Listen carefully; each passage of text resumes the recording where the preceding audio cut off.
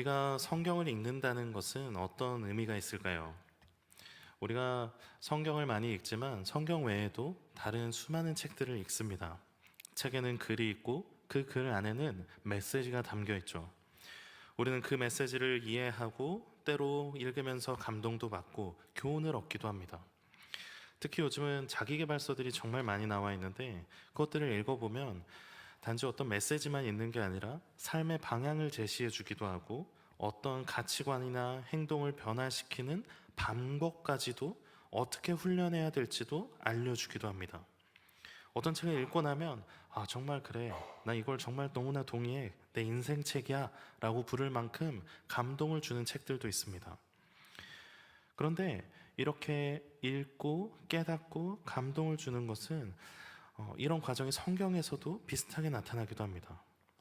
그렇다면 우리가 일반적으로 책을 읽고 깨닫는 과정과 이 성경을 읽는 게 비슷하다면 우리가 오늘 성경 말씀을 읽고 또 듣는다는 것이 그것과 무엇이 다르다고 할 수 있을까요?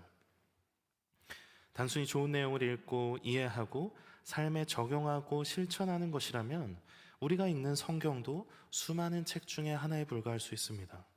그러나 성경을 성경되게 하는 가장 본질적인 차이점이 있습니다. 오늘 우리가 읽은 신명기 말씀은 출애굽 2세대에게 주신 말씀입니다. 과거 출애굽기 19장부터 기록된 언약의 말씀이 있습니다. 그 19장에 기록된 출애굽기에 기록된 말씀은 애굽에서 노역을 하며 생활했던 이스라엘 백성의 그 세대에게 주어진 것이죠. 모세가 하나님께로부터 계명을 받고 그 사람들에게 전해준 계명입니다. 그리고 지금 그 세대는 다 죽고 오늘 말씀은 가나안 입성을 앞두고 있는 2세대, 출애굽 2세대에게 하는 말입니다. 모세는 이렇게 말합니다. 2절입니다. 우리 하나님 여호와께서 호렙산에서 우리와 언약을 세우셨나니. 하나님께서 언약을 세운 건 언제입니까? 출애굽 1세대 이스라엘 백성들에게, 그 이스라엘 백성들에게 언약을 세우셨습니다. 그런데 지금 듣고 있는 것은 2세대이죠. 그런데 놀랍게도 모세는 3절에 이 언약이 우리 조상들과 세운 것이 아니라 오늘 여기 살아있는 우리와 세운 것이라고 말합니다. 여러 번 반복해서 표현하면서 아주 강조하면서 말하죠.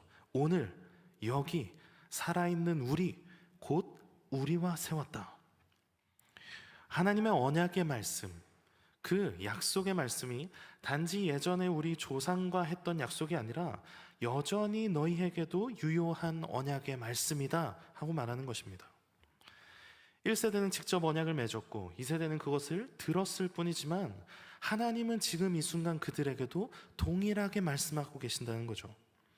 과거에 있었던 일이 아니라 지금 살아있는 자들에게 유효한 말씀이라 선언합니다.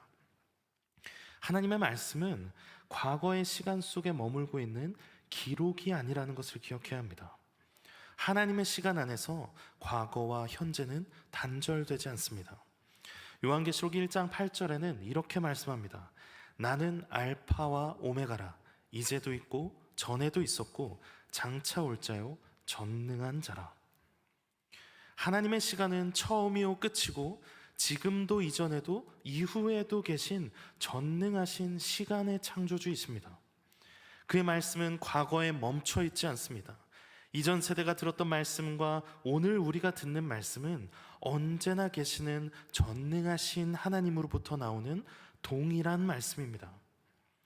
이스라엘의 이 2세대는 출애굽 사건이나 시내산 언약을 직접 경험하지 않았습니다.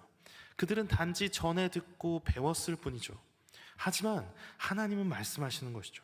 오늘 여기 살아있는 너희와 내가 언약을 세운다. 이 말씀은 단지 그들의 신앙과 그 언약을 계승한다는 의미를 넘어서 하나님의 말씀이 매 순간 새롭게 임하고 지금 우리에게도 동일하게 역사하신다는 진리를 선포하는 것입니다. 동일한 시간 속에 그 1세대와 2세대가 거하고 있지 않지만 하나님께서는 동일하게 말씀하심으로 같은 하나님을 경험하게 하시고 오늘도 만나주시는 분입니다. 그렇다면 우리가 마주하는 성서도 이와 같습니다. 성경은 단지 옛날 사람의 이야기가 아닙니다. 오늘 우리에게도 하나님은 동일하게 찾아와 말씀하십니다. 바로 지금 이 시간 하나님은 우리와 만나주고 계신다는 사실입니다. 사실 우리가 성경을 읽으면서 어려운 부분은 언어가 다르고 또 문화가 달라서 때론 굉장히 어색하고 이해하기 쉽지 않은 영역들이 있습니다. 그러나 그것을 잘 살펴보고 여러 가지 자료들을 통해서 이해하게 될 때 우리는 어떤 뜻이 숨겨져 있는지 더 가까이 느낄 수 있게 되죠. 그런데 하나님의 말씀을 대할 때 단지 본문을 잘 분석하고 그 안에 어떤 교훈이 있는지 정리하고 이해하는 데에서 그치는 것이 아닙니다. 그 말씀을 통해 오늘 지금 살아있는 우리에게 동일하게 말씀하고 계신 것을 우리가 깨닫고 믿음으로 고백할 수 있어야 합니다. 성서를 읽는다는 것은 지금 말씀하시는 하나님의 음성을 듣는 것입니다. 성경은 내가 읽는 것이 아니라 하나님의 음성이 울려 퍼지는 순간입니다. 하나님은 성경을 통해 우리에게 계속해서 말씀하고 계시기 때문에 시편 119편의 고백처럼 주의 말씀이 내 발의 등이고 내 길의 빛이라 하고 말씀할 수 있는 것이죠. 우리는 나에게 말씀하시는 그 하나님의 음성을 겸손하게 들을 수 있어야 합니다. 요한계시록 3장 20절에 보면 볼지어다 내가 문 밖에 서서 두드리노니 누구든지 내 음성을 듣고 문을 열면 내가 그에게로 들어와 그와 더불어 먹고 그는 나와 더불어 먹으리라 말씀합니다. 하나님은 오늘도 우리에게 찾아오셔서 그 음성을 들려주시고 문을 열기를 기다리십니다. 단지 도덕적인 행위나 교훈을 얻고 끝나는 것이 아니라 하나님의 음성에, 그 말씀에 우리는 답해야 하는 것이죠. 성서의 메시지를 통해 하나님이 말씀하시는 것이 이런 것이구나 하고 그냥 깨닫고 그 메시지, 그 교훈을 잘 알고 넘어가는 것이 아닙니다. 하나님께서 성서를 통해 나에게 말씀하시는 그 음성을 듣고 우리는 답해야 합니다. 단지 깨달음을 얻고 떠나는 것이 아니라 하나님께서 나에게 이렇게 말씀하시군요. 내가 이렇게 살아가겠습니다. 깨달음을 실천하는 것과 하나님의 음성에 반응하는 것, 그것은 전혀 다른 것이라는 것이죠. 한 학생이 말씀 묵상을 하면서 문득 내가 꿈꾸는 것을 이루지 못하게 되면 나중에 하나님을 원망하게 되지 않을까 하는 생각이 들었다고 합니다. 그러면서 기도하는 중에 나는 어떤 상황에서든지 그렇다면 감사하는 사람이 되어야겠다라는 마음을 하나님께서 주셨다는 거예요. 그래서 그렇게 늘 내가 감사하는 사람이 되게 해달라고, 하나님 내가 그렇게 되게 해달라고 기도하는 중에 어느 날 아무 말도 하지 않았는데 친척 어른께서 전화가 와서 내가 너를 위해서 기도하는데 너가 모든 일에 감사하는 사람이 되면 하나님께서 형통하게 해주신다는 마음을 내가 기도하는 가운데 그 마음을 주셨다. 그래서 너에게 전화를 했다 하고 말씀하시더라는 것이죠. 그 감사하는 마음이 하나님께서 주신 음성이라는 것을 확신하는 응답의 시간이었다라고 저에게 고백했습니다. 이 학생은 하나님의 뜻이 어디에 있는지 물었고 주신 마음대로 기도했고 또 들려오는 하나님의 음성을 듣고 계속해서 감사로 살아가게 되었습니다. 이처럼 하나님은 그저 글자 안에 갇혀 계신 것이 아니라 계속해서 우리에게 말씀하심으로 만나주시는 분입니다. 그 음성을 통해서 우리의 현실 속에서 새로운 마음, 새로운 방향으로 계속해서 깨닫게 하시고 결단하게 하시는 분입니다. 하나님의 말씀은 살아있어서 성서시대에 그냥 텍스트에 머무는 것이 아니라 오늘 우리에게 계속해서 말씀하고 계십니다. 요한복음 1장은 이렇게 시작합니다. 태초에 말씀이 계시니라. 이 말씀이 하나님과 함께 계셨으니 이 말씀은 곧 하나님이십니다. 그리고 14절에 이렇게 말합니다. 말씀이 육신이 되어 우리 가운데 거하심에 우리가 그의 영광을 보니 아버지의 독생자의 영광이요 은혜와 진리가 충만하더라. 하나님은 그 말씀 자체이시고 그 말씀이 사람이 되어 육신을 입고 이 땅에 오셨습니다. 예수 그리스도를 통해 지금도 우리 가운데 임하시는 살아계신 말씀입니다. 우리가 성경을 읽고 설교를 듣는 시간은 하나님과 직접 대면하는 시간이라고 할 수 있습니다.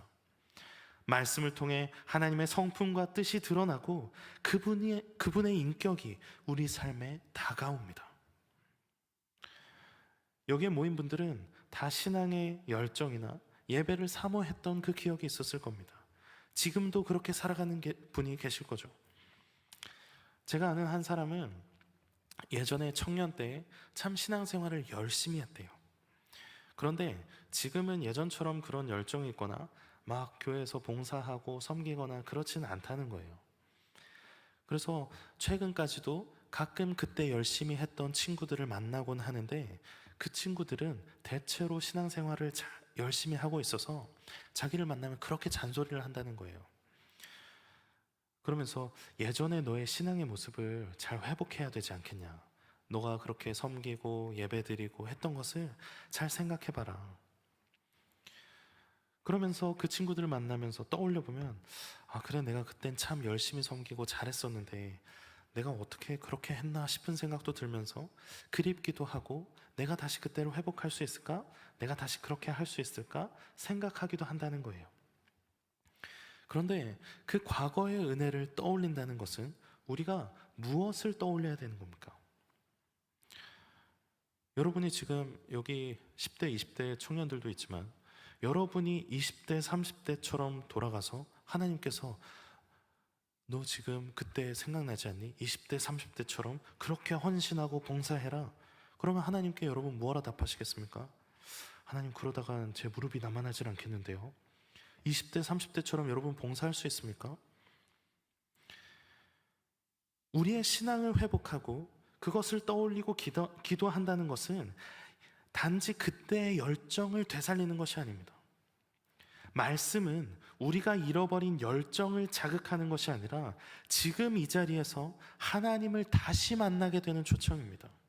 하나님이 그때 나에게 사랑을 주시고 말씀하셨다는 사실을 다시 한번 되새기며, 그 하나님이 오늘 나의 삶에 찾아오셔서 지금 나의 삶에 말씀하여 주시고 만나 주시옵소서 하고 그때를 떠올리는 것이죠. 그때처럼 내가 봉사하겠습니다, 그때처럼 내가 헌신하겠습니다가 아니라 그때 나에게 말씀하셨던 하나님, 오늘 나에게도 말씀하여 주시옵소서.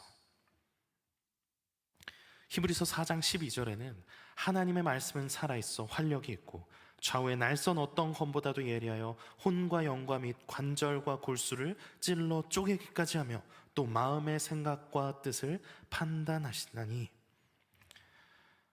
하나님은 오늘 우리의 삶에 찾아오셔서 지금 우리에게 필요한 말씀을 주십니다.